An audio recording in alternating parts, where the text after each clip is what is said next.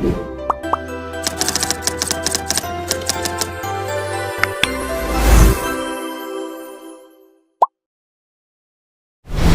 day, everyone! We are the Group 6 and we will be continuing the discussion of the Chapter 3 entitled Market Integration, starting with I am Chekailyn Legarde and I will be presenting the NAFTA. I am Chekyne C and I will be discussing the history of the global market integration and agricultural industrial revolution. I am Zeny S and I will be discussing capitalism and socialism. I am Alleya Mae F. Andalahao and I will be discussing the information revolution.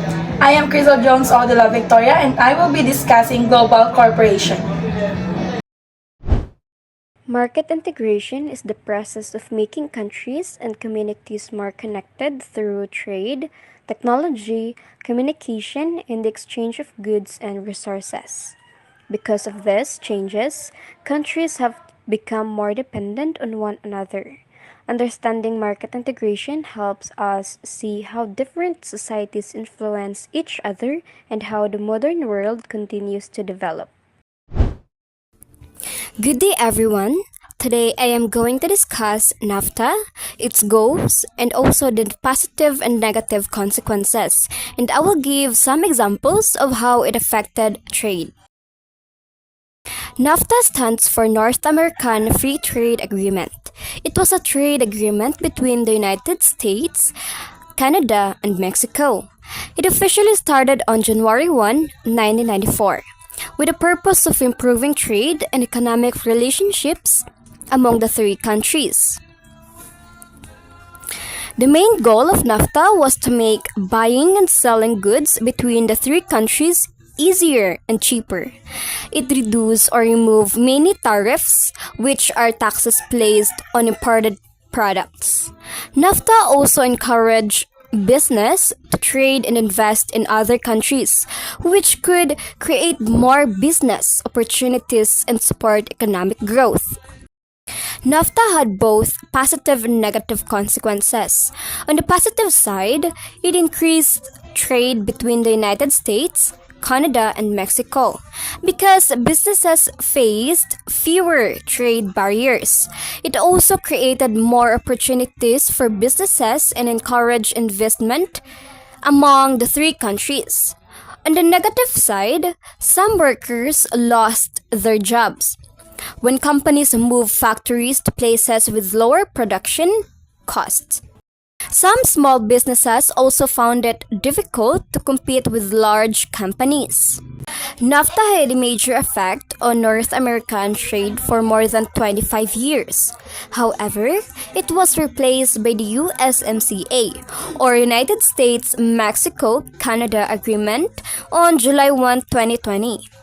Even though NAFTA is no longer in effect, it remains an important example of how countries can work together to create a more connected market. There are several examples of NAFTA in different industries. First, in agriculture, where farmers from the United States and Canada could sell products such as corn and meat to Mexico with fewer trade barriers. The second is the automobile industry, where companies in Mexico could send car parts to the United States more easily. The last one is clothing, where Canadian clothing companies could sell their products in the United States and Mexico with fewer trade restrictions. That concludes my report about NAFTA. Thank you for listening. Good day, everyone. I will be discussing about the history of global market integration. This topic explains how human societies gradually changed from producing goods mainly for their own families to producing, distributing, and exchanging goods and services through larger markets. This development happened over thousands of years, and two major events that contributed were the Agricultural Revolution and the Industrial Revolution. Our first topic is about agricultural revolution. It was the first major economic transformation beginning around 12,000 years ago. People learned to domesticate plants and animals and discovered that farming could produce food more efficiently than relying only on hunting and gathering. So first is domestication of plants and animals. People learned how to grow crops and raise animals for food and other resources. This made food production more stable because people no longer depended entirely on finding wild plants and hunting animals. Second is farming created surplus food. Farmers could produce more food than their families needed. This surplus was important because not everyone needed to spend their time producing food. Some people could focus on the other activities such as crafting, pottery, trading, or building communities. Third is it encouraged trade networks. When farmers had extra crops or animals, they could exchange these with other people for tools, clothing, or other products. This helped create the early foundation of market integration. Last is it led to permanent settlements and population growth. Since people had a more reliable food supply, they could stay in one place instead of constantly moving in search of food. As settlements grew, population increased and communities became more organized. Our second topic is about Industrial Revolution. Beginning around the 1800s, it brought major changes to how goods were produced. New technologies, factories, and mass production allowed goods to be produced faster and in much larger quantities. First is the introduction of factories, steam engines, and manufacturing. Production moved from homes and small workshops into factories where machines could be used. This increased the speed and the amount of production. Second is the increased productivity and water access to goods. Because machines could produce large quantities of products, goods became more widely available. This helped markets expand because factories needed more consumers to buy the products. Third is the rise of wage and labor and specialized worker. Instead of producing goods at home from beginning to end, many people began working in factories for wages. Workers also became specialized in particular tasks, making production more efficient. Fourth is the growth of economic inequality and poorer working conditions. Industrialization created wealth, but not everyone benefited equally. Many workers, including women and children, worked for low wages and dangerous conditions. Last is the rise of labor unions. Workers organized themselves to demand better wages, shorter working hours, and safer workplaces. Their efforts eventually contributed to labor laws and worker protections. Now, let's move on to the next topic, which is capitalism and socialism. Capitalism and socialism are two different economic systems. They have different ways of managing resources, production, ownership, and the distribution of goods and services. First, let's talk about capitalism. So what is capitalism?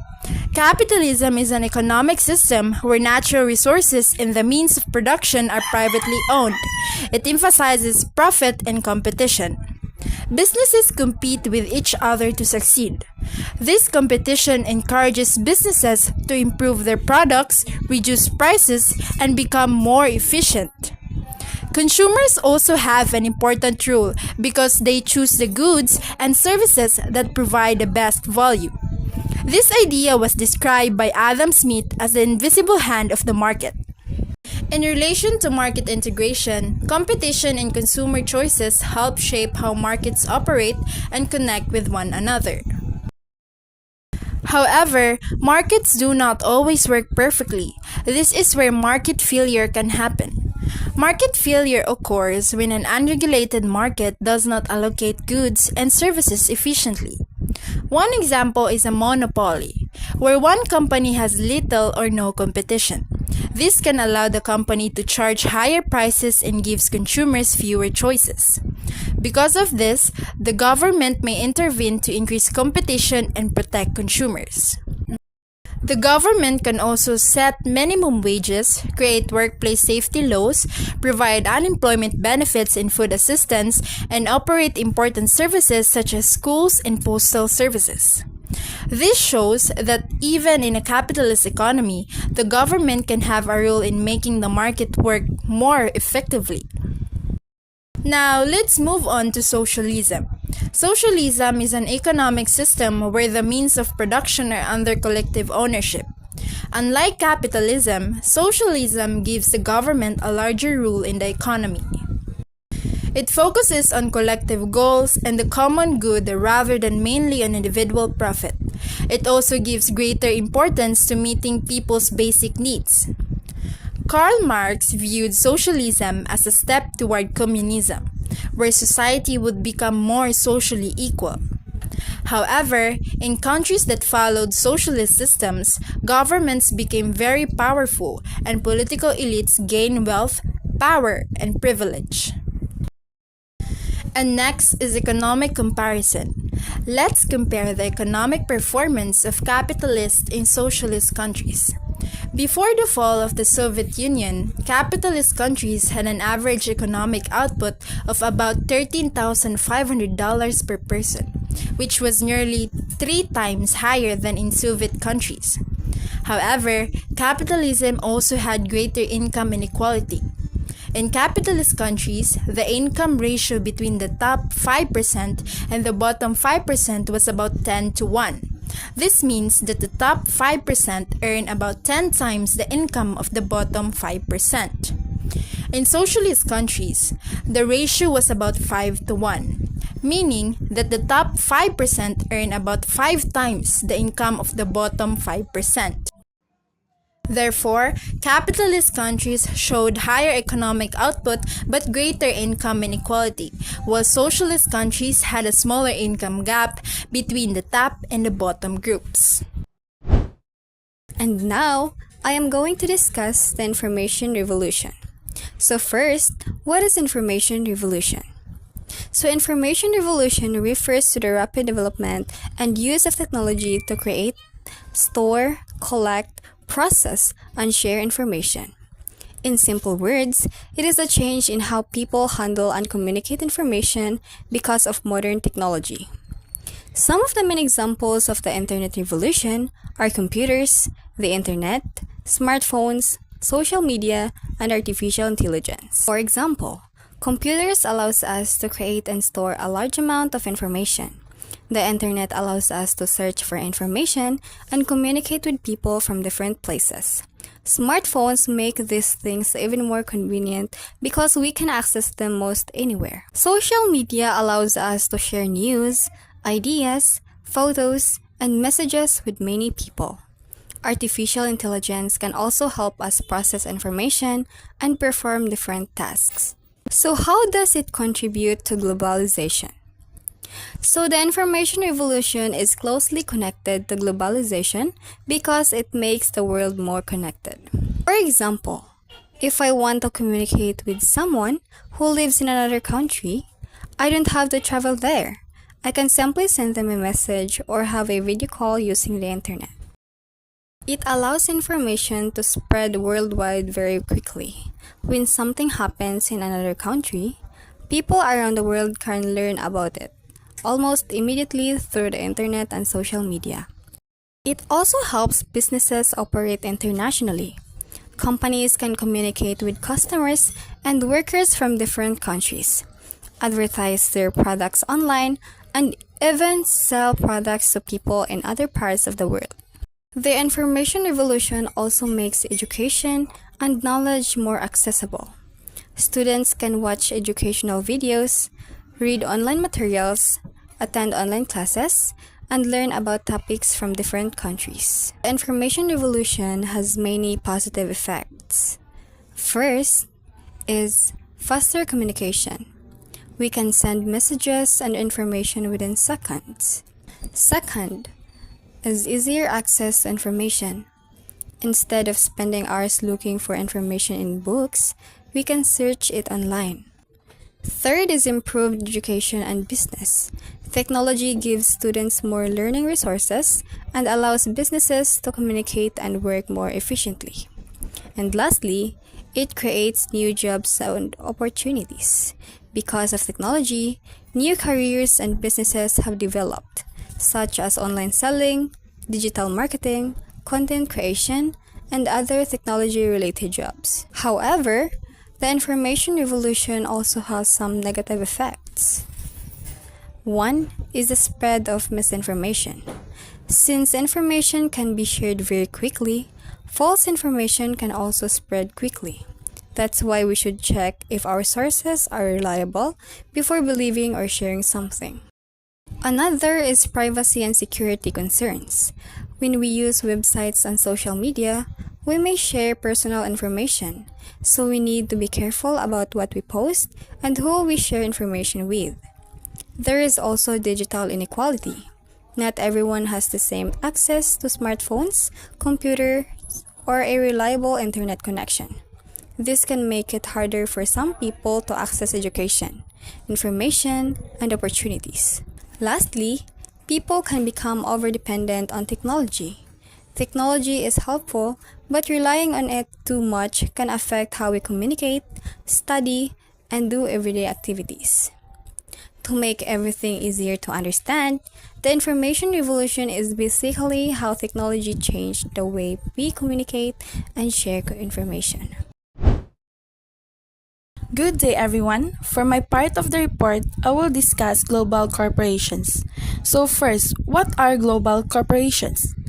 Global corporations are companies that operate in different countries, not just in their home country. They are also called multinational corporations or MNCs and transnational corporations or TNCs. These are companies that do business across different countries. They can manufacture, distribute, market, and sell their products in different parts of the world. Examples of these are McDonald's, Coca-Cola, and Ford. Now, how do these global corporations actually work? A global corporation does not necessarily make a product in only one country. For example, a backpack.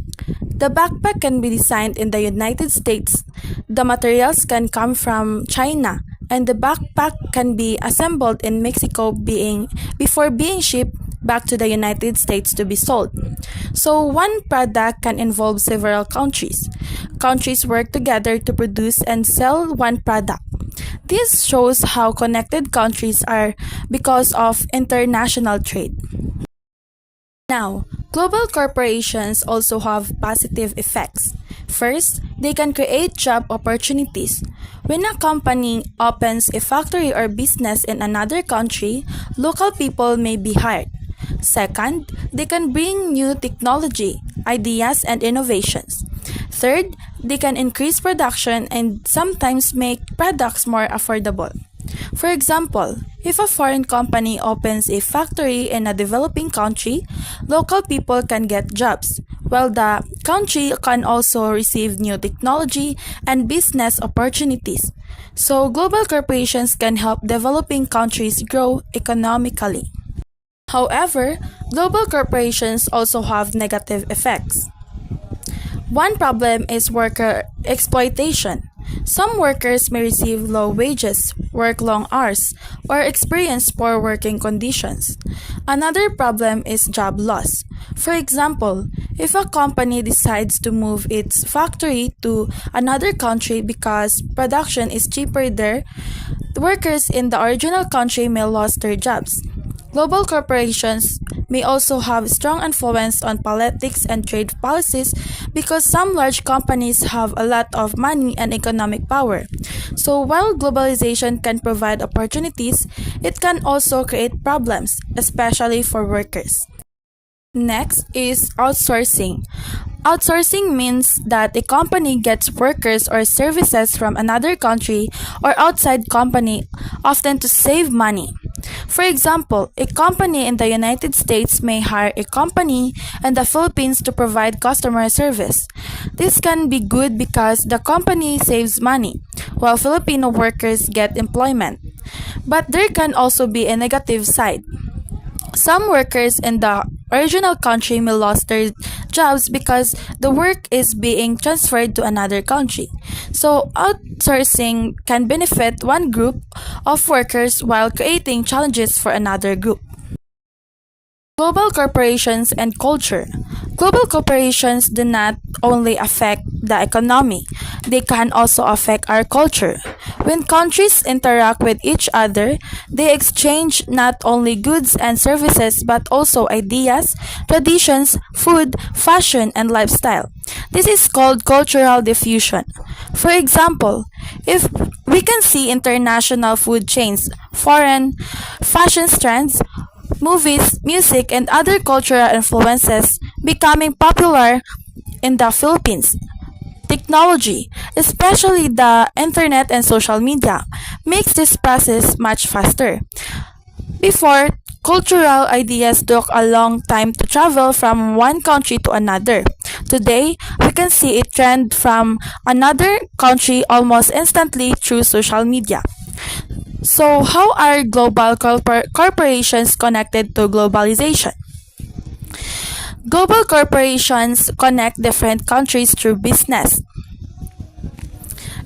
They move products, money, workers, technology, ideas, and sometimes culture across borders. Because of this, countries become more connected and interdependent.